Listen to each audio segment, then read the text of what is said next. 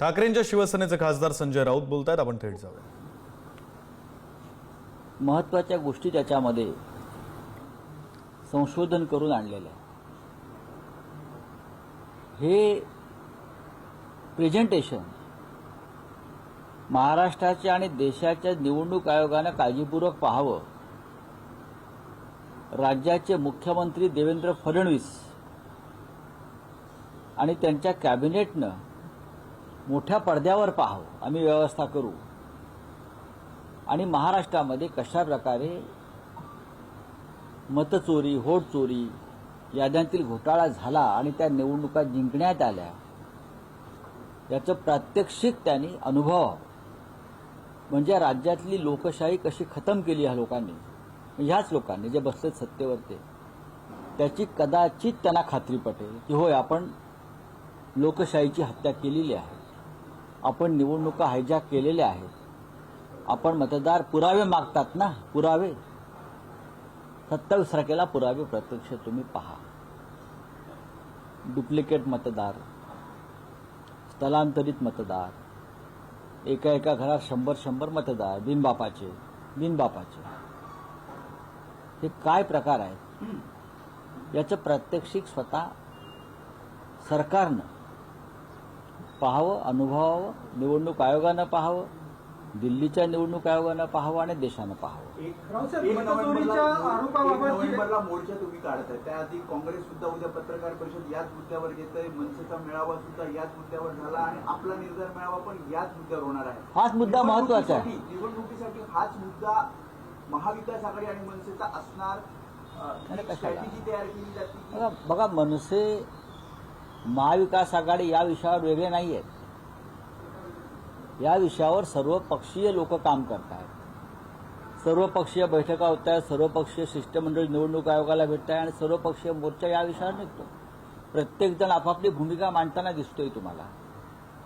राज ठाकरे यांनी एक मेळावा घेतला त्यांच्या यादी प्रमुखांचा, त्यात सुद्धा त्यांनी याच विषयावरती जोर दिला. राहुल गांधी हे सातत्यानं या विषयावरच बोलत आहेत. किंबहुना या विषयाला सुरुवातच राहुल गांधी यांनी केली, हे मान्य केलं पाहिजे.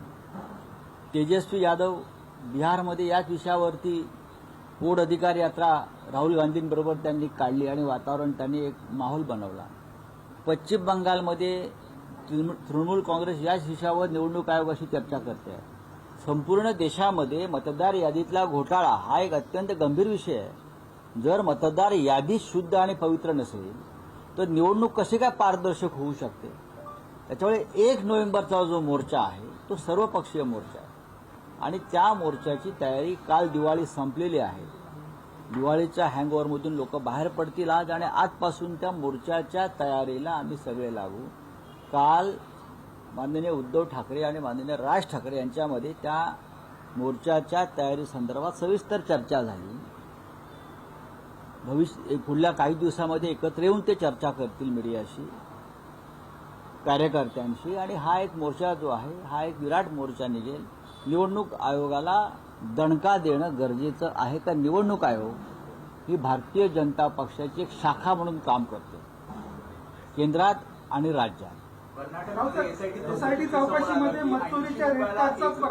असं आहे की कर्नाटकमध्ये पर व्होट डिलीट 80 रुपये, फार स्वस्तात सौदा करतात. 80 रुपयामध्ये 1 व्होट डिलीट केलं जातं. अशा पद्धतीनं हजारो मतं कर्नाटकातील मतदार यादीतून वगळण्यात आली. महाराष्ट्रामध्ये सुद्धा हाच फॉर्म्युला लावला जातो, कारण तीच एजन्सी जी कर्नाटकात काम करत होती या सगळ्या घोटाळ्यावर, तीच एजन्सी भारतीय जनता पक्ष आणि मिंदेच्या लोकांनी अशा एकूण 6 एजन्सी त्यांनी लावलेल्या आहेत. त्यांना हवी असलेली नावं मतदार यादीत टाकायची आणि जिथे आम्हाला मतदान होऊ शकेल त्या भागातली मतं गाळायची. अशासाठी शिंदे, मिंधे आणि फडणवीस म्हणजे भाजपा यांनी 6 ते 7 एजन्सीज कोट्यावधी रुपये देऊन मुंबई महाराष्ट्रात लावलेल्या आहेत. म्हणून तर ते सांगतायत ना की आमचाच महापौर होईल आणि त्यांचे ब्रँड अँबॅसेडर कोठारे. राऊतसाहेब, आणखी एक म्हणजे स्थानिक स्वराज्य संस्थांच्या निवडणुका जवळ येत आहेत.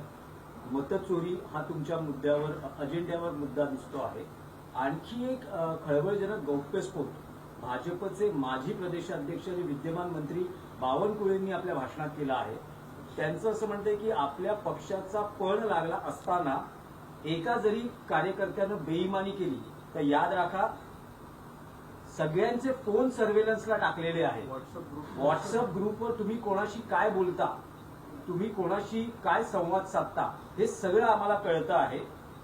तुमचे व्हॉट्सअप सर्व्हेलन्सवर नाही आहेत असं तुम्हाला वाटतंय का, असं बावनकुळे म्हणतात. म्हणजे सगळ्या पदाधिकारी कार्यकर्त्यांचे फोन हे सर्व्हेलन्सवर आहेत, फोन टॅपिंग होते. बावनकुळे यांच्यावर गुन्हा दाखल करून इंडियन टेलिग्राफ ऍक्ट नुसार त्यांच्यावर गुन्हा दाखल करून त्यांना तात्काळ अटक करून चौकशी केली पाहिजे.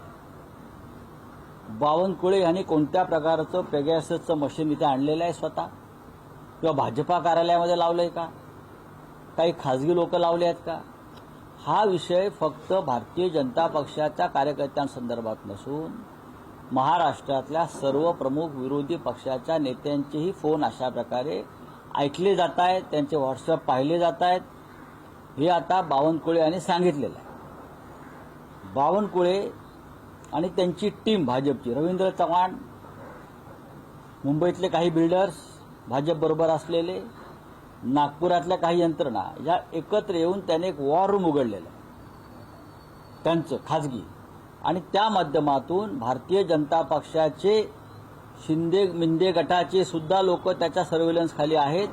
आणि शिवसेना, माननीय उद्धव बाळासाहेब ठाकरे, शरद पवारांचे लोक, काँग्रेसचे लोक, हे सगळ्यांवरती व्हिजिलन्स आहे. हे अत्यंत बेकायदेशीर कृत्य आहे, घटनाबाह्य कृत्य आहे. आमच्या खाजगी जीवनात हा घुसण्याचा प्रकार आहे. चंद्रशेखर बावनकुळे यांनी हे आज स्पष्ट केलेलं आहे. होय, आम्ही फोन टॅप करतो. याआधी आमचं सरकार येत असताना 2019 साली हे प्रकार उघड झाले, सरकारने गुन्हे दाखल केले. त्याचे सूत्रधार देवेंद्र फडणवीस आणि राज्याच्या तेव्हाच्या पोलीस महासंचालक होत्या, गुन्हे दाखल झाले. हा अटकेचा आणि कठोर शिक्षा देण्याचा हा गुन्हा आहे. म्हणून तर त्यांना सारखी भीती वाटत होती, मला पकडलं जाईल, मला पकडलं जाईल. ते जे बोलतात ना की मला अटक केली जाईल, मला अटक केली जाईल. आता हा जर गुन्हा गंभीर आहे असं जर देवेंद्र फडणवीस गृहमंत्र्यांना वाटत असेल तर त्यांनी चंद्रशेखर बावनकुळेंना तात्काळ बरखास्त करून गुन्हा दाखल करून त्यांना अटक केली पाहिजे. विरोधी पक्षाचे, स्वतःच्या कार्यकर्त्यांचे, सहकारी पक्षांच्या लोकांचे फोन टॅप करणं अशा प्रकारे हा कायदेशीर गुन्हा आहे आणि त्यासाठी कायद्यामध्ये कठोर तरतूद आमच्या घटनेनं केलेली आहे. रावसाहेब, मोहोळ आणि बघेकर प्रकरणामध्ये हा बोला. 2019ला जेव्हा हे फोन टॅपिंगचं प्रकरण उघडकीस आलं, आम्ही कुलाबा पोलीस स्टेशनला त्याच्यावर गुन्हे दाखल केले होते, त्यांचे स्टेटमेंट सुद्धा घेण्यात आले.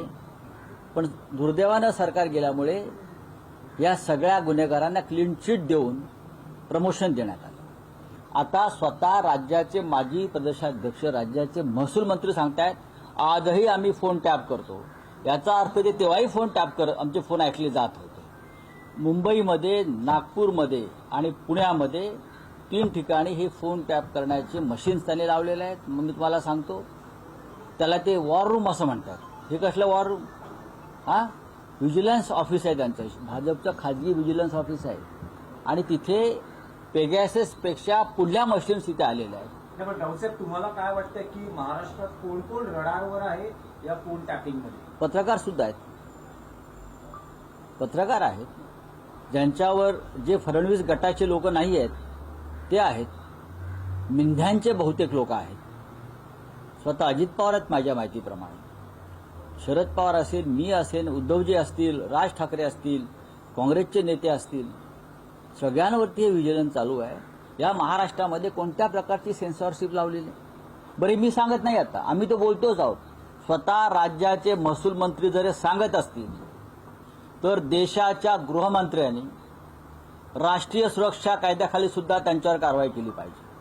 हे अशा प्रकारची माहिती बाहेर कुठे देत आहेत का मिस्टर बावनकुळे? हा किती गंभीर गुन्हा आहे. काय सांगावं हे अमित शहाचे पण फोन टॅप करत असतील, कारण अमित शहा फडणवीसांच्या विरुद्ध आहेत. त्यांचा काय भरोसा नाही. कोणासाठी चाललंय हे? कुठून आली यंत्रणा ही? या यंत्रणा यांच्याकडे आल्या कुठून? जर अशा प्रकारची यंत्रणा वापरली जात असेल तर अत्यंत हे राष्ट्रद्रोही कृत्य आहे. नाही, पण राऊत साहेब, याआधी असं होतं की पोलीस किंवा गृह विभागामार्फत अशा पद्धतीच्या ऍक्टिव्हिटीज पोलीस हे स्तरावर हे नाही, सगळं सुरू नाही, आहे. बघा, पोलीस हे राष्ट्रीय सुरक्षेसाठी काही लोकांचे फोन नक्कीच ऐकत असतील, in the interest of nation and security. पण आता भारतीय जनता पक्षाचे लोक खाजगीरित्या